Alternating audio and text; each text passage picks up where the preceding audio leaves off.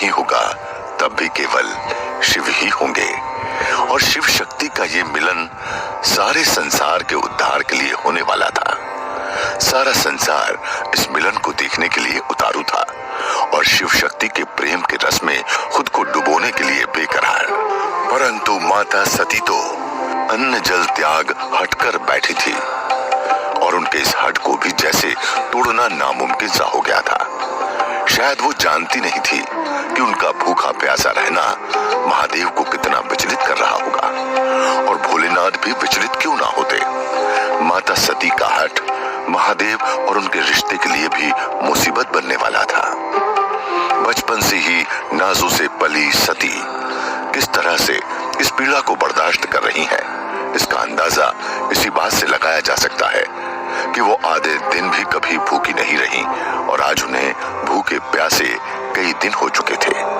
इसके अलावा उनकी ये जिद जिस चीज के लिए थी, उसी प्रजापति दक्ष को आज अपनी चहती बेटी के इस हालात में होने पर भी फर्क नहीं पड़ रहा था। दूसरी तरफ देवों के देव स्वयं शिव सती के इस हट की पीड़ा से ज्यादा दुख भोग रहे थे, लेकिन वो ना चाहते हुए भी नियति के हाथों मजबूर थे।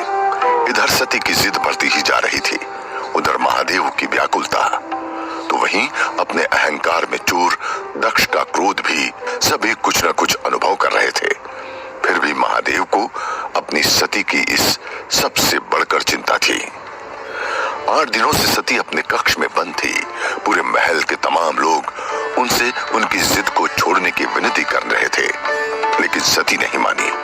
इधर दरवाजे के बाहर उनकी माँ न जाने कितनी ही बार उन्हें बुला चुकी थी। माँ, कुछ भी हो जाए मैं दरवाजा नहीं खोलूंगी और न ही अन्न और जल ग्रहण करूंगी, सती बड़े निश्चय से कहती हैं।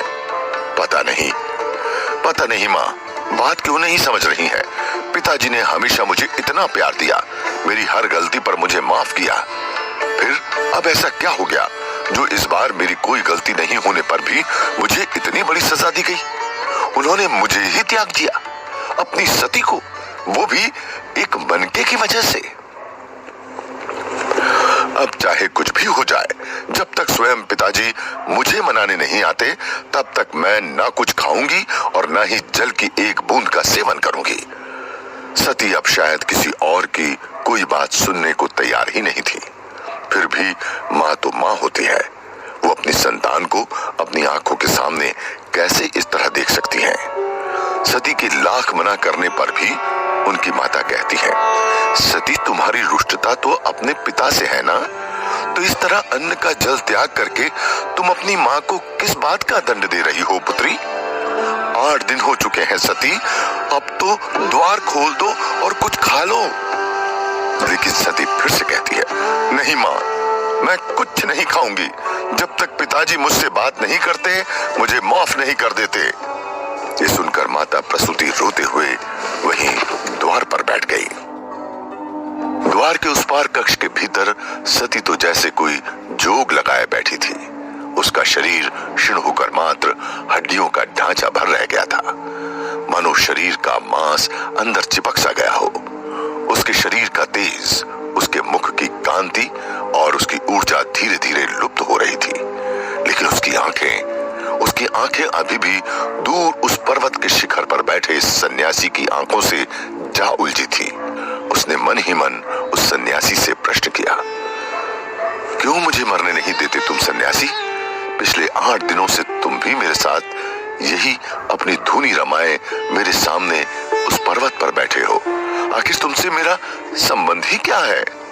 सती का प्रश्न सुनकर सन्यासी रूपी शिव ने मन ही मन उत्तर दिया, तुम्हारी श्वास तो मेरे इस जोग का आधार है सती, मैं तुम्हें कैसे मरने दे सकता हूँ? तुम्हारा और मेरा संबंध तो जन्म जन्मांतर का है, इसलिए तुमसे विनती कर रहा हूँ, अपना ये हट छोड़ दो सती और अन्न जल ग्रहण कर लो। मैं तुम्हें इस प्रकार तड़पते हुए नहीं देख सकता।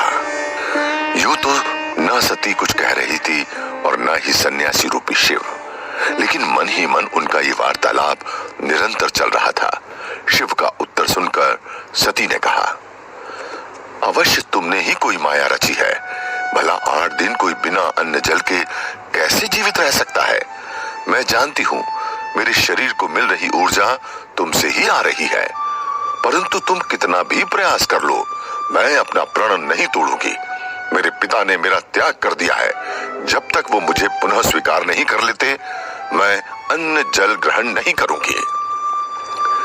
मन ही मन ये कहते हुए सती की आंखों से अश्रुओं की धाराएं बहने लगी। सती के इन अश्रुओं ने मानो शिव के हृदय पर सीधा आघात किया। उन्होंने द्रवित स्वर में कहा, तुम्हारे इन आंसुओं में मेरा अस्तित्व पिघल रहा है सती। मैं तुम्हें दुखी नहीं देख सकता। मान जाओ सती, मान जाओ। लेकिन सती कहां मानने वाली थी। उसने ना में सिर हिलाया और मन ही मन बोली, एक तुम हो जिसे मैं जानती भी नहीं हूं, लेकिन तुम्हें मेरी कितनी चिंता है। दूसरी ओर मेरे पिता, पिछले 8 दिनों में तो उन्होंने मेरी सुध तक नहीं ली। कदाचित वो मुझसे प्रेम ही नहीं करते। सती के मन से निकली हर बात उसके हृदय की पीड़ा को दर्शा रही थी।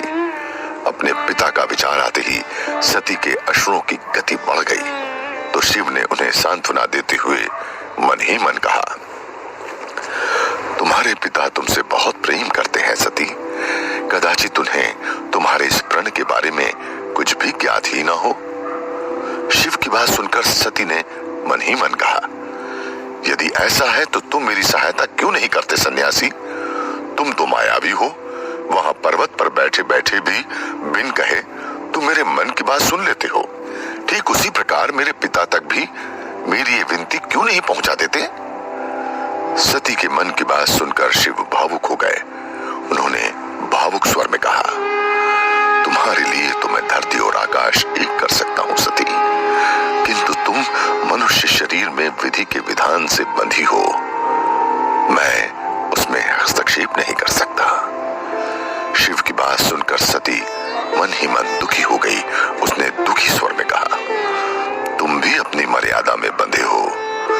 तुम्हें भी मेरी कोई चिंता नहीं है। इतना कहते कहते अचानक सती को अपने सर में भारीपन अनुभव होने लगा और आंखों के आगे अंधकार छाने लगा। सती की ऐसी स्थिति देखकर शिव का शरीर दक्ष के प्रति क्रोध की अग्नि में जलने लगा और उनके नेत्र क्रोध से लाल हो गए। शिव की क्रोधाग्नि से प्रकृति का संतुलन बिगड़ने लगा। संसार में हाहाकार मच गया और धरती के गर्भ में सुप्त ज्वालामुखी भी अपने पूर्ण वेग के साथ धधक उठे। शिव ने क्रोधित स्वर में कहा, यदि तुम्हें कुछ हो गया सती, तो मैं इस संसार को जलाकर भस्म कर दूंगा। तभी अचानक सती की ऊर्जा पूर्ण रूप से लुप्त हो गई और वो मूर्छित होकर भूमि पर गिर पड़ी, जिसे देखकर महादेव के हाथ से पृथ्वी छूट गई और महादेव ने क्रोध से चिल्लाते हुए कहा, सती। महादेव शिव भले ही प्रत्यक्ष रूप से दर्शाते नहीं थे, किंतु सती के प्रति उनका प्रेम अगाध था। इसलिए अब उनसे रहा नहीं गया और वो एक साधु का वेश धारण कर सती के रक्षण के लिए दक्ष के भवन द्वार पर पहुंच गए। उन्होंने द्वारपाल को देखकर कहा, भिक्षान देहि। द्वारपाल अपने स्वामी से कहो अपनी क्षमता के अनुसार साधु को भिक्षा दे। मध्य रात्रि में इस प्रकार किसी साधु का दक्ष के भवन द्वार पर भिक्षा मांगना द्वारपाल को सहज नहीं लगा। उसने तत्परता से कहा, महात्मन, मध्य रात्रि हो चुकी है। भवन के स्वामी निद्रा में होंगे। आप यहीं रुकिए, मैं आपके लिए भिक्षा का प्रबंध करता हूं। साधु का भेष धरे शिव तो पहले से क्रोधित थे। उन्होंने क्रोधित स्वर में ही कहा, मूर्ख द्वारपाल, मुझे तुमसे भिक्षा लेनी होती तो मैं तुम्हारे भवन जाता, प्रजापति दक्ष के नहीं। यदि राजा दक्ष को निद्रा इतनी ही प्रिय है तो मैं भिक्षा लिए बिना ही चला जाता हूं। लेकिन इसका जो भी परिणाम होगा उसका उत्तरदायित्व केवल और केवल तुम्हारा होगा। इतना कहकर साधु का भेष धरे शिव क्रोधित होकर वहां से जाने लगे तो द्वारपाल भयभीत हो गया। उसने विनती भरे स्वर में कहा, क्षमा करें ऋषिवर, आप यहीं प्रतीक्षा करें, मैं प्रजापति को सूचित करके आता हूं। इतना कहकर द्वारपाल अंदर चला गया। प्रजापति दक्ष अपने कक्ष में विश्राम कर रहे थे। जब उन्हें ये बात पता चली तो वो स्वयं साधु को दान देने के लिए अपने भवन के द्वार पर पहुंचे। लेकिन जैसे ही प्रजापति दक्ष ने साधु का भेष धरे शिव को भिक्षा देनी चाहिए तो महादेव शिव ने उन्हें रोकते हुए कहा, ठहरो राजन, कदाचित मैं तुम्हारे हाथों से भी भिक्षा ग्रहण नहीं कर सकता। प्रजापति दक्ष ने चौंकते हुए पूछा, लेकिन क्यों ऋषिवर? शिव ने दक्ष का उपहास उड़ाते हुए कहा, जो पिता अपनी ही पुत्री का भरण पोषण नहीं कर सकता उसके हाथों दान लेकर मैं अपना धर्म भ्रष्ट नहीं कर सकता। जाओ राजन, तुम मुझे भिक्षा देने के योग्य ही नहीं हो। इतना कहकर शिव वहां से जाने लगे तो दक्ष ने थोड़ा सा क्रोधित होते हुए कहा, ये आप मुझ पर कैसा आरोप लगा रहे हैं ब्राह्मण देव? मैं अपनी सारी पुत्रियों का भरण पोषण उचित रूप से करता हूँ। दक्ष की बात सुनकर साधु बने महादेव शिव क्रोधित स्वर में बोले, कितने मूर्ख हो तुम राजन, अपने मन मस्तिष्क में तुमने स्वयं का एक संसार बना लिया है और तुम्हें ऐसा प्रतीत होता है कि तुम जो कर रहे हो वो सही है। क्या तुम्हें ज्ञात भी है कि तुम्हारी सबसे छोटी पुत्री सती किस अवस्था में है? क्या पिछले 8 दिनों में तुमने उसकी कोई सुध ली? तुमने बिना विचार किए भरी राजसभा में उसका तिरस्कार किया, अपमान किया, यहाँ तक कि उसका त्याग भी कर दिया। क्या एक बार भी तुमने विचार किया कि सती तो केवल एक किशोरी है, उसे तुम्हारी नीति नियम का पता ही नहीं है? क्या तुम्हें ज्ञात भी है कि तुम्हारे तिरस्कार से दुखी होकर उस सती ने अन्न जल त्याग कर दिया है और अब तुम्हारे कारण वो मृत्युशैया पर है? धिक्कार है ऐसे पिता पर जिसे अपने अहंकार के आगे अपनी पुत्री भी दिखाई नहीं देती। तुमसे भिक्षा लेकर मैं स्वयं को भ्रष्ट नहीं कर सकता। एक ही श्वास में शिव ने अपने मन का सारा द्वेष, सारा क्रोध दक्ष पर उड़ेल दिया और उसे उल्हाने देते हुए वहां से प्रस्थान कर गए। साधु की बात सुनकर दक्ष का मन ग्लानि से भर गया। उनकी आंखों से आंसुओं की धाराएं बहने लगी। वो शीघ्रता से सती के कक्ष के बाहर पहुंचे और बोले, सती, द्वार खोलो पुत्री। देखो, तुम्हारा अभागा पिता तुमसे क्षमा मांगने आया है। किंतु जब दक्ष के कई बार पुकारने के बाद भी सती ने कक्ष के द्वार नहीं खोले तो उन्होंने अपने सैनिकों को कक्ष के द्वार तोड़ने का आदेश दे दिया। द्वार टूटते ही सामने का दृश्य देखकर दक्ष का हृदय कांप गया। सामने सती अत्यंत क्षीण अवस्था में भूमि पर मूर्छित होकर पड़ी थी। दक्ष ने भागकर अपनी पुत्री को हृदय से लगाया। राजवैद्य की औषधियों से स्वस्थ होकर जब सती अपनी मूर्छा से उठी तो कैलाश पर बैठे महादेव शिव के मुख पर भी स्वतः ही मुस्कान लौट आई। वहां कक्ष में सती ने प्रसन्न होते हुए अपने पिता से कहा, मुझे क्षमा कर दीजिए पिताश्री, मुझे नहीं पता था कि वो मन के आपने वर्जित किए थे। मुझसे जो भूल हुई वो अनजाने में हुई, अन्यथा जिस कार्य से सती के पिता को दुख हो ऐसा कोई भी कार्य आपकी सती कभी कर ही नहीं सकती। सती की बात सुनकर दक्ष की आंखों से अश्रुओं की धारा बहने लगी। उन्होंने भरे गले से कहा, नहीं पुत्री, क्षमा तो मुझे तुमसे मांगनी चाहिए, क्योंकि मैंने ही तुम्हें उस अधेड़ कपाली शिव के बारे में कुछ नहीं बताया। मुझे तुम्हें बताना चाहिए था कि उस शिव ने मेरे पिता का अपमान किया था। इसमें तुम्हारा कोई दोष नहीं है। यदि तुम जानती तो ऐसा अपराध कभी नहीं करती। शिव और शिव से जुड़ी हर वस्तु हमारी सभ्यता में वर्जित है। ये बात मुझे तुम्हें बहुत पहले ही बता देनी चाहिए थी। मुझे क्षमा कर दो पुत्री, मुझे क्षमा कर दो। प्रजापति दक्ष की बात सुनकर सती की आंखों से भी अश्रु की धाराएं बहने लगी।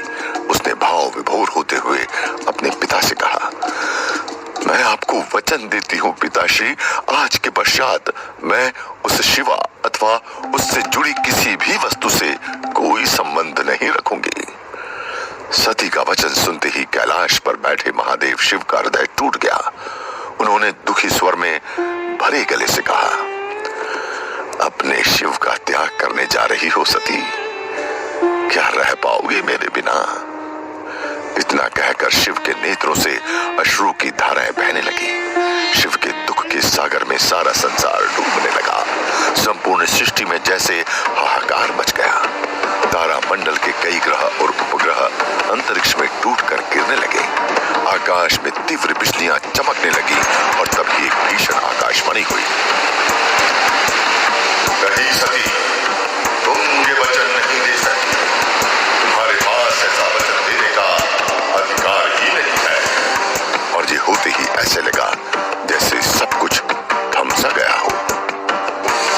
कैसा वचन है। सती ने यह कैसा वचन दे दिया, इससे तो नियति ही बदल जाएगी। अब क्या करेंगे महादेव? किस तरह से वो सती को इस वचन से मुक्ति दिलाएंगे? और वहीं सती को ये पता ही नहीं है कि जिस सन्यासी से बात कर उसे सुकून मिलता